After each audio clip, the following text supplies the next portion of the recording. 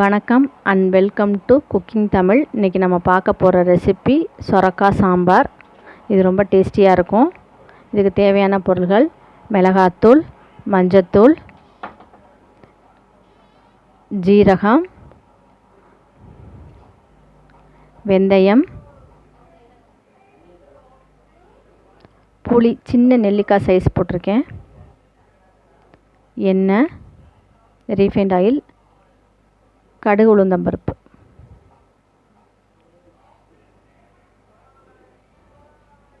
இப்போ ஒரு சொரக்காவை எடுத்து தோல் சீவி நறுக்கி வச்சுக்கணும்.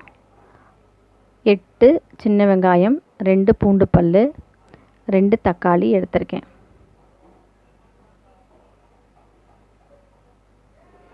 இப்போ ஒரு குக்கரில் 150 துவரம்பருப்பு எடுத்து 2 தடவை களைஞ்சிட்டு துவரம்பருப்பு மூழ்கிற அளவுக்கு தண்ணி ஊற்றிருக்கேன். அதில் 2 பூண்டு போட்டிங்கன்னா நல்ல ஃப்ளேவராக இருக்கும், வாசனையாக இருக்கும். 6 சின்ன வெங்காயம் முழுசாகவே போட்டிருக்கேன். பூண்டையும் சின்ன வெங்காயத்தையும் முழுசாகவே போட்டிருக்கேன். பூண்டு சீக்கிரம் டைஜஷன் ஆகிறதுக்காக தான் நம்ம போடுறது. தக்காளி 1 போட்டிருக்கேன். 1 டீஸ்பூன் ஜீரகம் இதில் போட்டிருக்கேன்.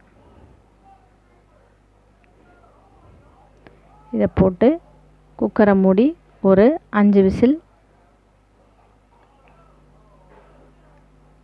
விடணும். இப்போ பார்த்தீங்கன்னா நல்லா ரொம்ப குழையாமல் நல்லா மலர்ந்துருக்கு. இப்போ இதை லைட்டாக கிண்டி விட்டிங்கனாவே நல்லா ஸ்மாஷ் ஆயிரும். அந்த இது துவரம்பருப்பு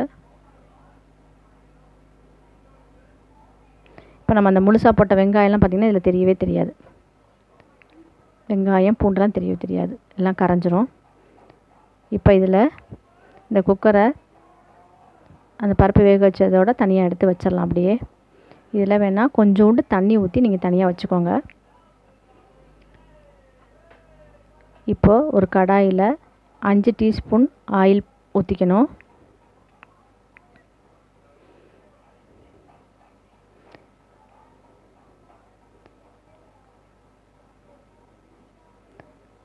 ஆயில் சூடான உடனே தான் கடுகு, உளுந்தம்பருப்பு போடணும். ஆயில் சூடாகிறதுக்கு முன்னாடி போடக்கூடாது.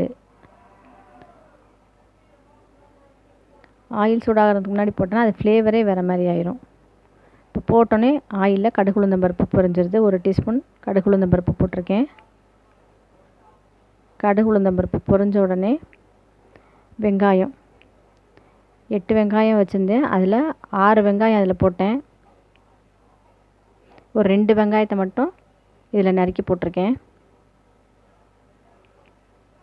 இப்போ வெங்காயத்தை லைட்டாக வதக்கணும்.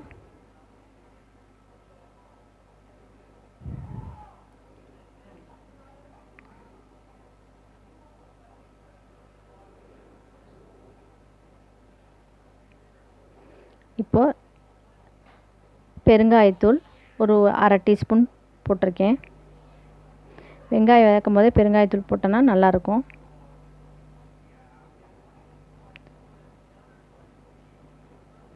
இப்போ கலர் சேஞ்ச் ஆனோடனே கருவேப்பிலையை போடுறோம்.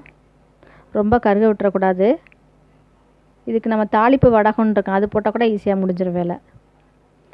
இப்போது கருவேப்பிலையை போட்டோடனே தக்காளி 2 தக்காளி எடுத்து வச்சுருந்தேன். ஒரு தக்காளியை பருப்போடு போட்டு வேக வச்சுட்டு இன்னொரு தக்காளியை இதில் போட்டிருக்கேன், நறுக்கி போட்டிருக்கேன். இப்போ தக்காளி கரையிறதுக்கு உப்பு போடுறேன். கல் உப்பு தான் யூஸ் பண்ணுவேன்.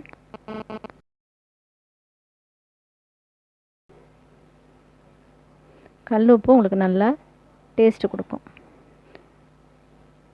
இப்போ தக்காளி கரைஞ்ச உடனேயே நறுக்கி வச்சுருக்கோம் சொரக்காய், அதை இதில் சேர்த்துக்கணும். ஏன் சொரக்காவை இப்படி தனியாக வேக வைக்கிறோன்னா, சொரக்காயில் தண்ணி சத்து இருக்கும்.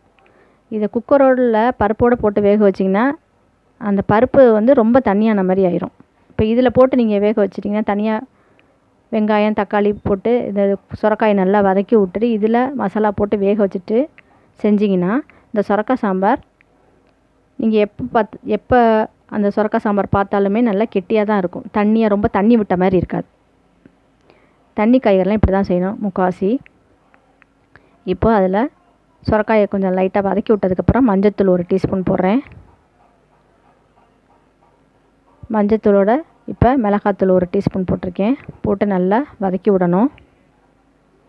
தண்ணி காய்கறிலாம் இப்படி தனியாக வேக வச்சு செஞ்சால், மசாலா போட்டு செஞ்சால் நல்லா டேஸ்ட்டாக இருக்கும். இதை ஒரு வாட்டி செஞ்சு பாருங்கள். நீங்கள் சாம்பாரும் திக்காகவே இருக்கும் உங்களுக்கு, ரொம்ப தண்ணியாகவே இருக்காது, தண்ணி விட்ட மாதிரியும் இருக்காது உங்களுக்கு சாம்பார். இப்படி வதக்கும்போது இந்த தண்ணி சத்து என்ன ஆயிரும், உங்களுக்கு இழுத்துரும். அதனால் உங்களுக்கு சாம்பார் தண்ணியாகாது. இப்போ இந்த காய் வேகிற அளவுக்கு ஒரு 1.5 டம்ளர் தண்ணி ஊற்றுறேன். ஏன்னா சொரக்காய் சீக்கிரம் வெந்துடும்.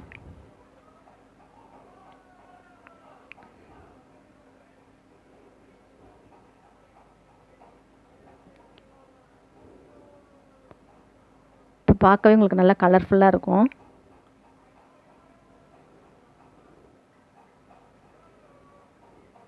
இப்போ இதை ஒரு 5 நிமிஷம் மூடி போட்டு வேக வைக்கணும். இப்போ 5 நிமிஷம் கழித்து எடுத்து பார்த்திங்கன்னா நல்லா கொதிச்சு காய் வந்து ஒரு 3/4 பதம் வெந்திருக்கும்.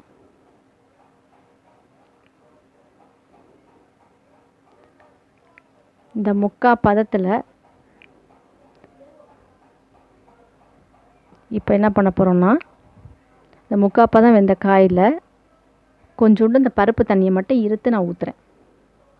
இப்போ இதில் ஒரு 1/4 பாகம் வெந்துடும் காய். வெறும் தண்ணியிலே வெந்துச்சு. இப்போ இந்த பருப்பு தண்ணியோடு வேகுது. 1 கப்பு பருப்பு தண்ணி ஊற்றி நல்லா மூடி போட்டு வேக வச்சுக்கோங்க ஒரு 5 நிமிஷம். இப்போ பார்த்தீங்கன்னாவே தெரியும் நல்லா காய் குக்காயிருக்கு. இந்த ஸ்டேஜில் புளி, சின்ன நெல்லிக்காய் செய்ய சொன்னேன்ல, அந்த புளி கரைச்சி ஊற்றிக்கணும். இப்போ இந்த காயில் நல்லா புளிப்பு இறங்கும், நல்ல டேஸ்ட்டாகவும் இருக்கும் உங்களுக்கு. எப்பொழுதுமே சாம்பாரை பொறுத்த வரைக்கும் பருப்பை வந்து ரொம்ப நேரம் கொதிக்க விடக்கூடாது. நம்ம வேக வச்சிட்டோன்னா ஒரு 2 செகண்டு 3 செகண்ட் கொதிக்க விட்டால் போதும். நம்ம இப்போ காயை போட்டு அதை கொதிக்க வச்சோன்னா அந்த சாம்பாரே வந்து டேஸ்ட் மாறின மாதிரி ஆயிடும். இதை நீங்கள் சுட வச்சு சாப்பிட நல்லாயிருக்கும் சாம்பார், இந்த சாம்பார். இப்போ இதை புளி தண்ணி ஊற்றி ஒரு 2 நிமிஷம் மூடி வச்சிட்றேன். இப்போது நம்ம உப்பு காய்க்கு பத்தலைன்னா நீங்கள் போட்டுக்கோங்க இன்னும் கொஞ்சம். ஏற்கனவே தக்காளியில் போட்டிருந்தோம், அப்புறம் கொஞ்சோண்டு தான் போட்டிருந்தோம், இப்போ போடலை. அதனால் இப்போ கொஞ்சோண்டு போட்டிருக்கோம். இப்போ உப்பு போட்டதுக்கப்புறம் மறுபடியும் ஒரு நிமிஷம் வேக வச்சுக்கோங்க. அப்போ தான் உப்பு காயில் சேரும்.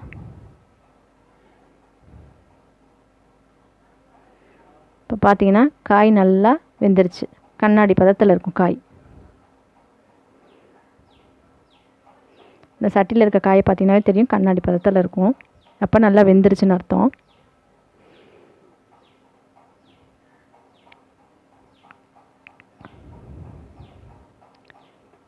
இந்த சாம்பாரை நீங்கள் எத்தனை தடவை சுட வச்சாலுமே நீத்து போன மாதிரியே இருக்காது, நல்லாயிருக்கும் இது மாதிரி செய்கிற மெத்தடில். இப்போது நம்ம ஏற்கனவே பருப்பு வேக வச்சு வச்சுருந்தோம்ல, இந்த பருப்பு, அதில் இப்போ நம்ம இந்த காய்கறி கலவையை ஊற்றுறோம். ஊற்றிட்டு அந்த பருப்பு திக்னஸை பார்த்துக்கணும். சில நேரத்தில் ரொம்ப திக்காகவே இருக்கும். அப்போ லைட்டாக நம்ம தண்ணி ஊற்றிக்கிட்டு, ரொம்ப தண்ணி ஊற்றக்கூடாது, லைட்டாக தண்ணி ஊற்றி ஒரு நிமிஷம் கொதிக்க விடணும், அவ்வளோதான். இப்போ அதில் கொத்தமல்லி தழையை போடுறோம். ஏன் இதை இந்த 1 நிமிஷம் கொதிக்க விட்றோன்னா, ஏற்கனவே நம்ம காய்கறி கலவை ப்ளஸ் இந்த பருப்பு வேக வச்சது ரெண்டும் மிக்ஸ் ஆகணும் அப்படின்றதுக்காக நம்ம ஒரு நிமிஷம் கொதிக்க வைக்கிறோம்.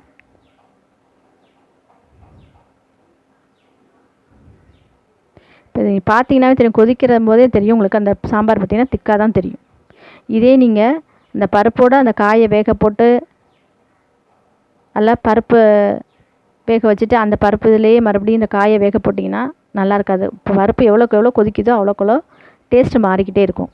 பருப்பை தனியாக வேக வச்சுட்டு அந்த பருப்பு தண்ணியில் காயை வேக வச்சு இந்த மெத்தடில் செஞ்சு பாருங்கள், நல்லாயிருக்கும். இப்போ பார்த்திங்கன்னா நல்ல சுவையான சொரக்காய் சாம்பார் ரெடி ஆயிடுச்சு. இந்த வீடியோ உங்களுக்கு பிடிச்சிருந்ததுன்னா லைக் பண்ணுங்கள், ஷேர் பண்ணுங்கள், சப்ஸ்கிரைப் பண்ணுங்கள். உங்கள் ஃப்ரெண்ட்ஸ் அண்ட் ரிலேட்டிவ்ஸுக்கு எங்கள் சேனலை பற்றி சொல்லுங்கள். நன்றி, வணக்கம்.